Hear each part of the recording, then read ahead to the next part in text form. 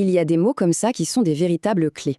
Des clés qui ouvrent des portes sur des mondes qu'on imaginait n'avoir absolument rien en commun. Eh bien, aujourd'hui, cette clé, c'est le mot constructivisme. On va voir ensemble comment cette seule et même idée nous aide à décrypter des domaines aussi différents que l'éducation, l'art, la politique et même l'intelligence artificielle.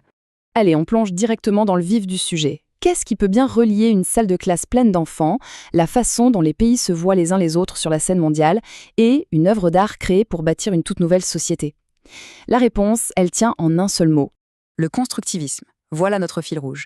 L'idée de base, vraiment fondamentale, c'est que notre réalité, qu'elle soit personnelle, sociale ou politique, ce n'est pas quelque chose qu'on reçoit, tout fait, qu'on découvre passivement. Non, c'est quelque chose qu'on construit, activement. Notre exploration va donc être un véritable voyage. On va décortiquer ce concept à travers différents univers pour vraiment en saisir le cœur, l'idée essentielle qui les rassemble tous. Alors, tenez-vous prêts, on commence par un lieu qu'on connaît tous plutôt bien, l'école. Première étape, donc, la psychologie et l'éducation. C'est sans doute là que l'idée de construction nous paraît la plus logique, la plus intuitive. On va voir comment cette approche a littéralement révolutionné les théories de l'apprentissage. Et attention, premier point super important pour éviter toute confusion, le constructivisme, ce n'est pas une méthode ou une recette miracle pour enseigner. C'est bien plus profond que ça. C'est une théorie qui explique le processus même de l'apprentissage. Ça répond à la question fondamentale, mais au fond, comment est-ce qu'on apprend? Voilà la définition de base. Le mot essentiel ici, c'est bien sûr construire. L'apprenant n'est pas un vase vide qu'on se contente de remplir. Non, il est l'artisan de sa propre connaissance. Chaque nouvelle chose apprise est une brique qui vient s'ajouter et parfois même réorganiser tout l'édifice de ce qu'il sait déjà. Alors, dans ce domaine, il y a deux grandes écoles de pensée. D'un côté, on a Piaget qui met vraiment l'accent sur l'individu. Pour lui, l'enfant explore le monde un peu comme un petit scientifique, il fait des erreurs, il ajuste sa pensée. Et de l'autre, on a Vygotsky qui ajoute une dimension cruciale, la dimension sociale. D'où le nom de socio-constructivisme. Pour lui, c'est clair, on apprend avec les autres et grâce aux autres. Le dialogue, les échanges, voilà les vrais moteurs de la construction du savoir. Cette image résume parfaitement la métaphore centrale. L'esprit, c'est un chantier permanent.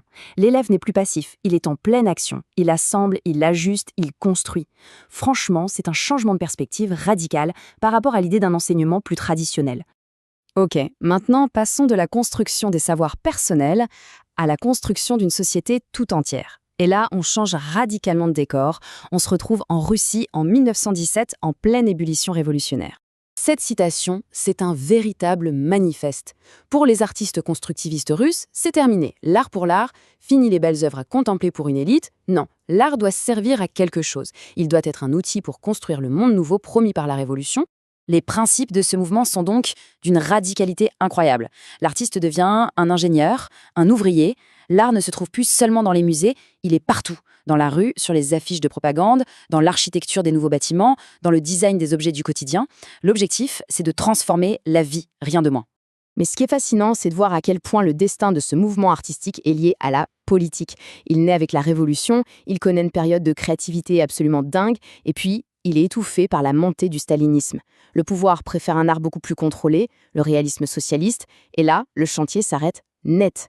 On quitte le monde de l'art pour un troisième domaine, les relations internationales. La question, c'est toujours la même. Comment est-ce que la réalité se construit?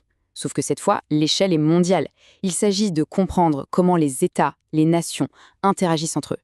Cette phrase, elle est vraiment au cœur de la théorie constructiviste en politique internationale. L'idée est simple, mais super puissante. Ce ne sont pas seulement les faits bruts qui comptent, genre la puissance militaire ou l'économie. Ce qui compte vraiment, c'est la signification qu'on donne tous ensemble à ces faits. Pour que ce soit bien clair, comparons deux manières de voir les choses. La vision qu'on appelle matérialiste va dire qu'un pays est une menace parce qu'il a, disons, 10 000 chars. Point. La vision constructiviste, elle, va dire « Attendez, ce pays est une menace parce que nous avons construit ensemble une relation d'ennemis. C'est à cause de notre histoire commune, des discours tenus, de l'identité qu'on perçoit, que ces 10 000 chars nous semblent être une menace mortelle. » Et voilà la conclusion la plus solide de cette approche. Le chaos apparent des relations internationales n'est pas une fatalité qui mène forcément à la guerre. En soi, c'est une structure vide de sens. Ce sont les États, par leurs interactions et leurs idées partagées, qui la transforment en une arène de compétition brutale, ou de rivalité mesurée, ou même d'amitié. En bref, le monde est ce que l'on en fait, collectivement. Bon, on a voyagé.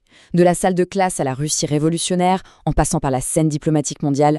Maintenant, il est temps de rassembler toutes les pièces du puzzle et de voir ce qui relie vraiment tous ces univers. Le principe qui unifie tout ça, il est là, juste sous nos yeux. Dans chaque domaine, on retrouve cette même idée dynamique de construction. Un élève construit sa compréhension du monde. Un artiste constructiviste voulait littéralement construire une nouvelle société. Un État construit ses relations, qu'elles soient amicales ou hostiles.